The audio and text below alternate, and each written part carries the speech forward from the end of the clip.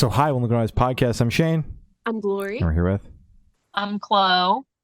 I'm Riley. We're from Snarls. And we're going to have some questions to say about their upcoming album, With Love. So congrats on that, by the way. How do you guys feel about the response to the announcement so far?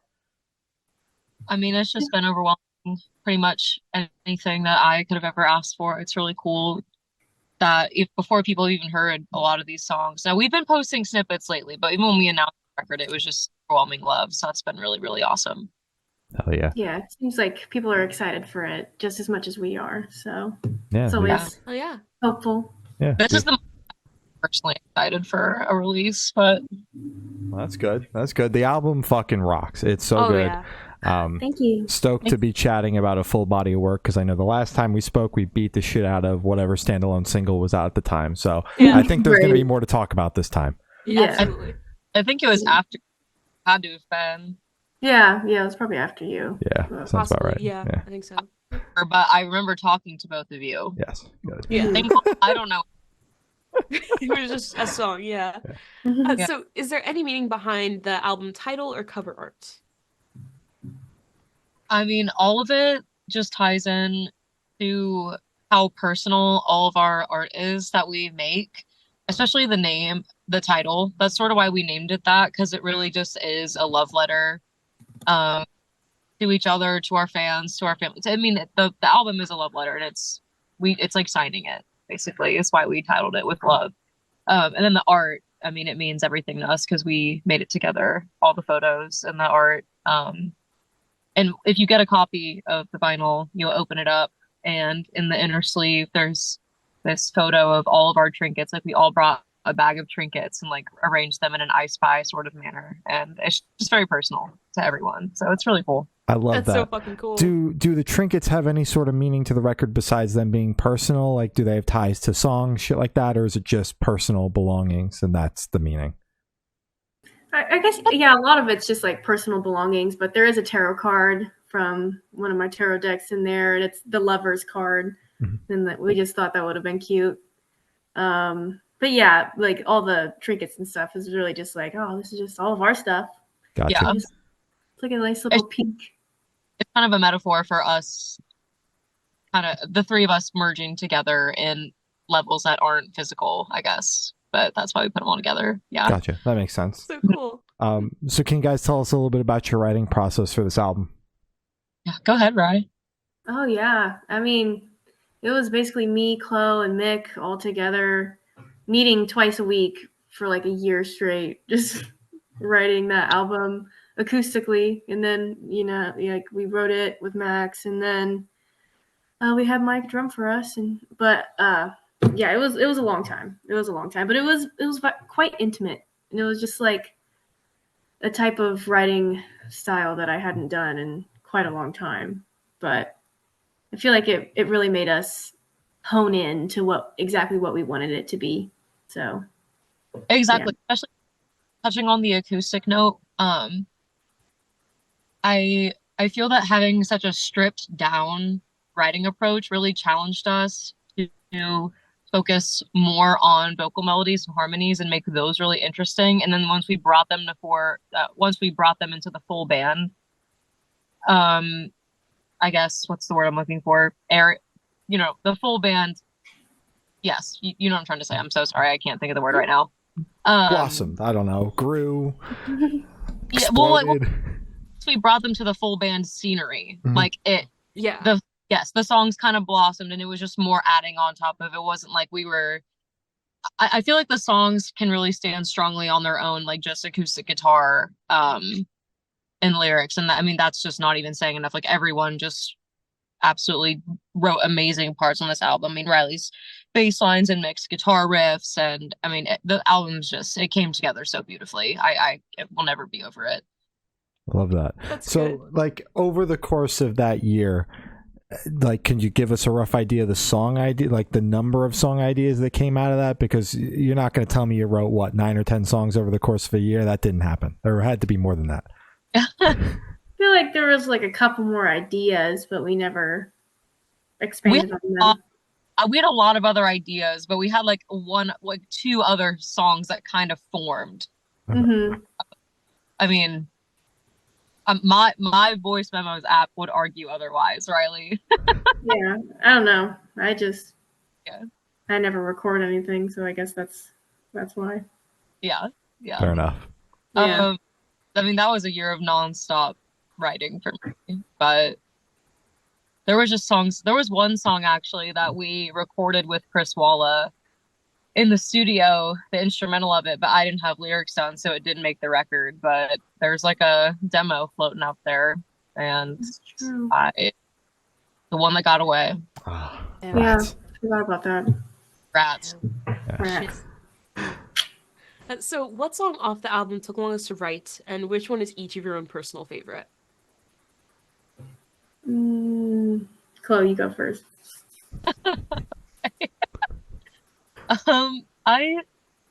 There are a couple. I think Star Power kind of took a second to really start feeling songy.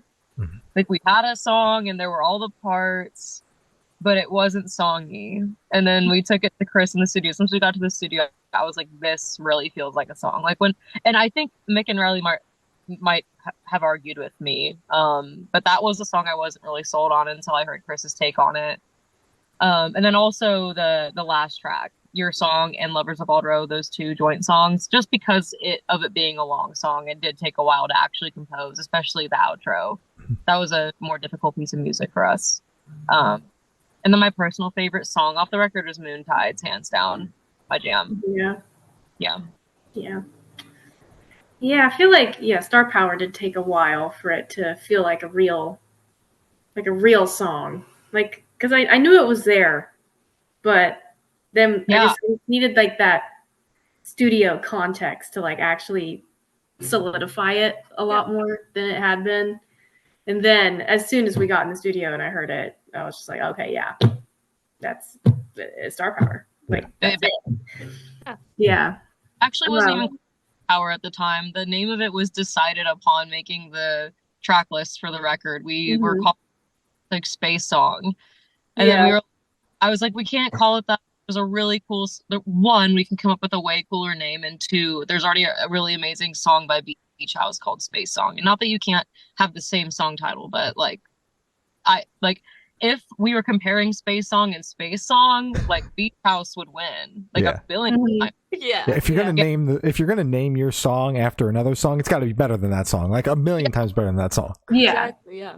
And it just doesn't. It just doesn't live up to that. Yeah. No. It's because it's different. It's completely different. So like, you just Exactly. can't. Yeah, they're two separate things. Yeah, you can't compare them.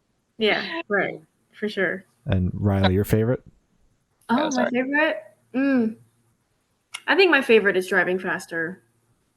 That one is definitely my favorite song because Chlo and I first wrote that when we were like 19, and she was 18. I was 19. Oh, wow. And so we've had that in the pocket for a while. Yeah. And then finally busted it out.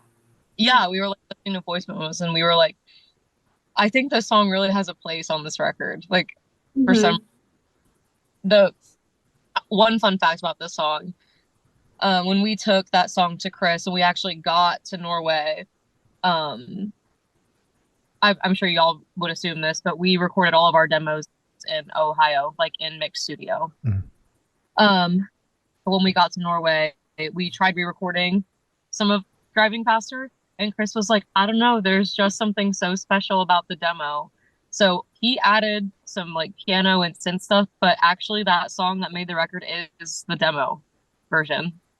So it's very, very special. Hell yeah. Yeah. Oh yeah. So how'd the track list for the album come about? Did you guys write the opener of the opener, close a bit closer, just shuffle around and see what fits? What was that process like? I don't think we ever write with that in mind. I think we just decided. We knew that Your Song / Lovers of Voldero, that we knew that was going to be the last one. But that's like, it's a 7-minute song, so it's like, yeah, of course it's going to be the last track. Yeah. I mean, that was a no-brainer. Yeah. I feel like that came kind of like after we wrote it, though. We were like, okay, that definitely feels like the closer, and we kind of joked about it. Yeah. Like, I don't start writing an album with in mind, like, okay, I'm going to write the opener, and I'm going to write the closer. Well, yeah. Yeah, that's sort of how I took that, but no, I agree with you. Sorry, I'm all area, so there's cars beeping. My apologies. That's okay. Oh, We good. don't Can't hear hear it. them. Yeah. Yeah. Okay, someone's like locking their car. I'm like, oh my God. I get it. I'm one of those people that's got locked my car 6 times, like the first time doesn't lock it. No fucking way. You're one of those people? Yeah, bro. Ew! That's like nasty. Exactly. Boo. Sorry, I have anxiety. My bad. No, that's fair. Actually, that's valid. So would you guys be able to tell us where your headspace is at while you're creating this record? Yeah, Rye, go ahead. Man. I don't know. I guess I was just, I was very focused on just making songs about love that maybe weren't super cheesy, I guess. Like cheesy in their own good way. Because like you can talk about love so many times, but I don't know. I just wanted it to be a little more mature too. So I guess I was just really trying to grow and really trying to expand my horizons, I guess, when I was writing this. Do you think you achieved that, making non-cheesy love songs? Did it hit the mark I for think you? so. I think I did expand good horizons for myself, especially in my bass lines and my bass playing. Moontides is a ripper of a song all around. Like every part of the song is just great. So yeah, I think we really did push ourselves and to write something more, just more mature, something a little more, I don't know, better, for lack of a better term. Exactly, yeah. Kind of always the word I use. I'm like, these songs are our best songs. They're better. Yeah, it's the best. Like it's just the best thing we wrote. Bad word choice. Yeah. Yeah. I think every song that I write is a love song because I'm a little narcissistic in that way. I'm always writing about like relationships and like not even like romantic, just all of my relationships across the board. But yeah, I think we've grown a lot in our writing, and I think this album really reflects that in all ways. Even like Mick's not here right now. I wish she was. She would have so much to add, especially in the songwriting. She plays such a crucial part, like all of us do. But even her guitar playing has just exploded across this album too. I mean, it's amazing. And when we wrote this album, we did write it with Max, her younger brother, who is no longer with. He's in the world. He's no longer with our band. Okay, Jesus. He That is was alive. fucking crazy. Hold on, I gotta remember that one. Hold on. He is alive. Yeah. He's not dead. Everyone listening, you should have seen. I just scared them so bad. Oh my God. No, he's very much still with us. He's no longer with the band.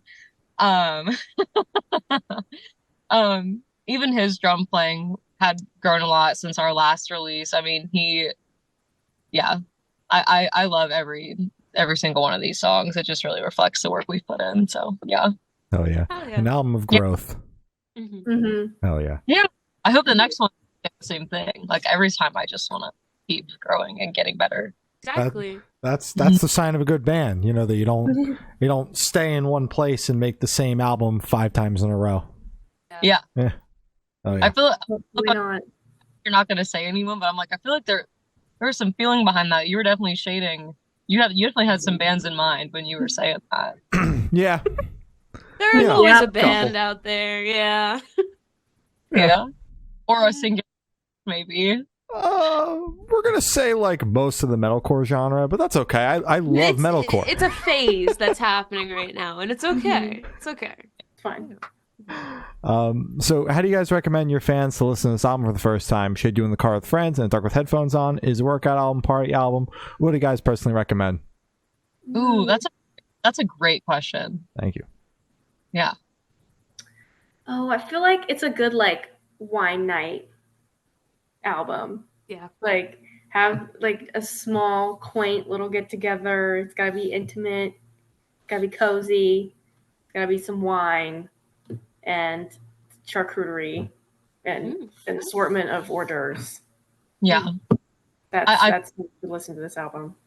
I feel like in very similar nature of how we wrote it, like exactly what Riley was saying. Like we wrote it with just us 3 kind of hanging out around people you're very comfortable with. Yeah, we drank many a bottle of wine. Yeah, we did. As you Every time should. I bought a bottle of apothecary from the gas station, like every Yep. time. Yep. I showed one of my best friends, Elise, this record when we had finished recording it. Like I was like, "Do you want to listen to the record?" And we were just driving on the highway at night, so it's also really good. Like, but yeah, I think with someone is cool because that last track, if you're by yourself. Yeah. Mhm. Oh, yeah. Did you guys listen to it alone? Mhm. Yes. Yeah. Listen to it right here. And I was like, damn, I wish I was driving at night with the streetlights on. Yeah. But I can't drive, so that's not happening. And I listened to it half here and half in my car on my way to therapy. So Nice. yeah, That's Oh, pretty sweet. I'm talking about. hell yeah. This one should be super, super quick off the top of your heads. I want you guys to describe this album for new listeners in 3 words. 3 words each, 6 total, no more, no less. I know, why is this hard?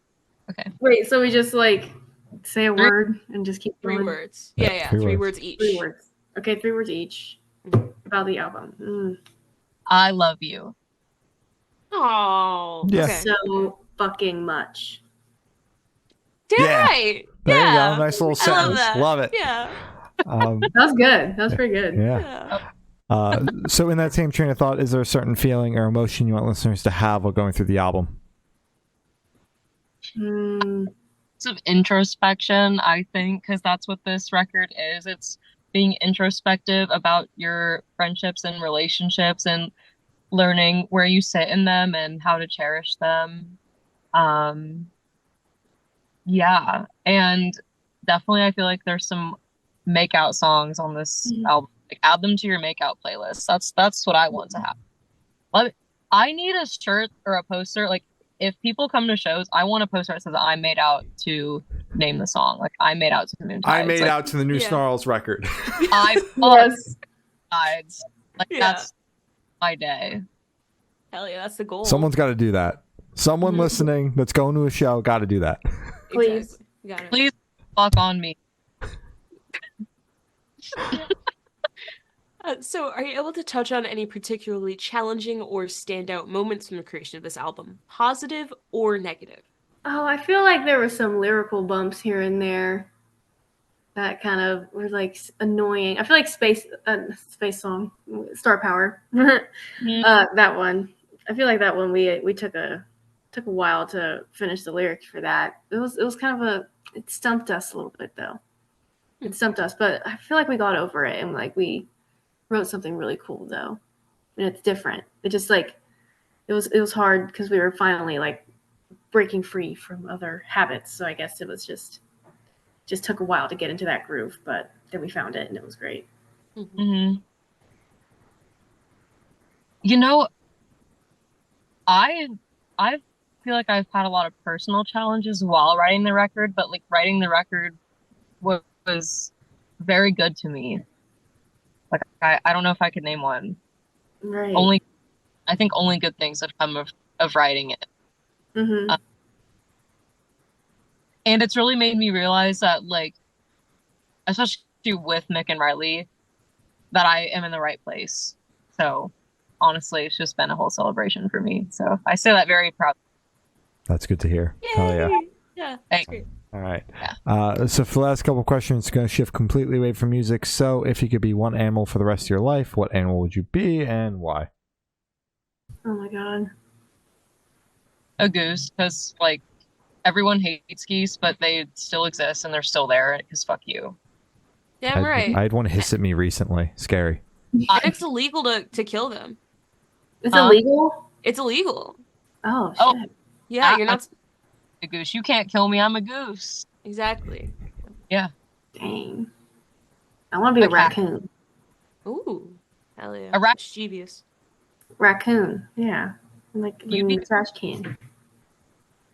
You'd rub your hands together like this. Yeah. Stealing your French fries from the bottom of your bag. Yeah, That's hell nice. yeah. It's fucking awesome. Yeah. And if you could have lunch with any celebrity or artist, dead or alive, who would it be and why? Gwen Stefani.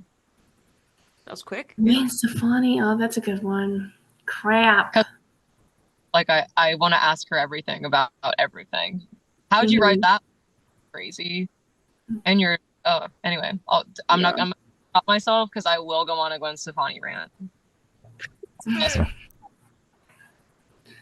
don't know. There's a lot of celebrities I would love to just chat with. Riley, be honest. But I do have like actual good answers though. You know what? I'm gonna say Jack Black. I want to have lunch with that man.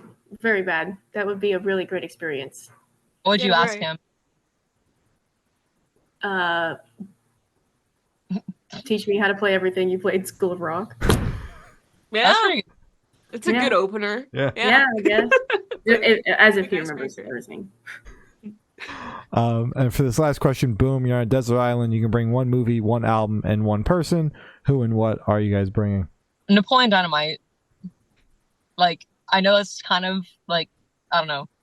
I don't want to call that a basic answer, but like, I feel like a lot of people movies Napoleon Dynamite, but it doesn't get old. Like, that's a movie that I will laugh. I could watch over and over again, and I would laugh every single time. Album. My Love Is Cool by Wolf Alice. And one person, probably like, I don't know how food distribution works, but probably the guy that like has a monopoly on like fresh food. Just like any guy who's able to just get fresh Like- food. The import guy, I guess. Yeah, like the guy that like I don't know, anyone that could feed me for the rest of my life, because I don't want to have to worry about like the most stressful part of my day is going home and being like, what am I gonna make myself to eat? Like, I hate that. I just want it to be there. Ooh, a private chef. I was Let's say a just gonna private say. chef. Yeah. There you go, Gordon Ramsay. Yeah. Yeah. Okay. Okay. All right. There's my answer. Gordon Ramsay. Wait, Okay. so it's a movie, an album, and a person? Yes. Okay. Oh, speaking of Jack Black, the movie Be Kind, Rewind. I would take that. That I love that movie very much. And I feel like not a lot of people know that movie, but it's freaking hilarious. An album. Ooh, I've actually been listening to It's Album Time by Todd Terje. Chris showed us that when we were in Norway, because he's a Norwegian artist. But that album is crazy. Electronic, awesome. It's great. And a person. Okay, I'll be honest here, Chlo. I'll take Timothée Chalamet with me. I'll do Okay. that. Okay. That's what I'm gonna do. All right. Yeah. Sounds good. That'd be interesting. Girl. Oh, you cut out. Yeah. Oh, I was telling Riley she better keep an eye out for Kylie Jenner. That's all. That's true. Yeah. Because either of you people know who the hell I am. Yeah. So as I said, that's all the questions you have today. Is there anything that you guys would like to plug? New album With Love out May 3rd. Yeah. And we're leaving for our first headliner on May 30th. So come catch a show. Hell yeah. Come buy tickets to see our tour. Yeah. Great. All right. Jasmine Noor. Well, thank you, Snarls. Guys, been Chlo and Riley from Snarls, and we have been the Good Noise Podcast.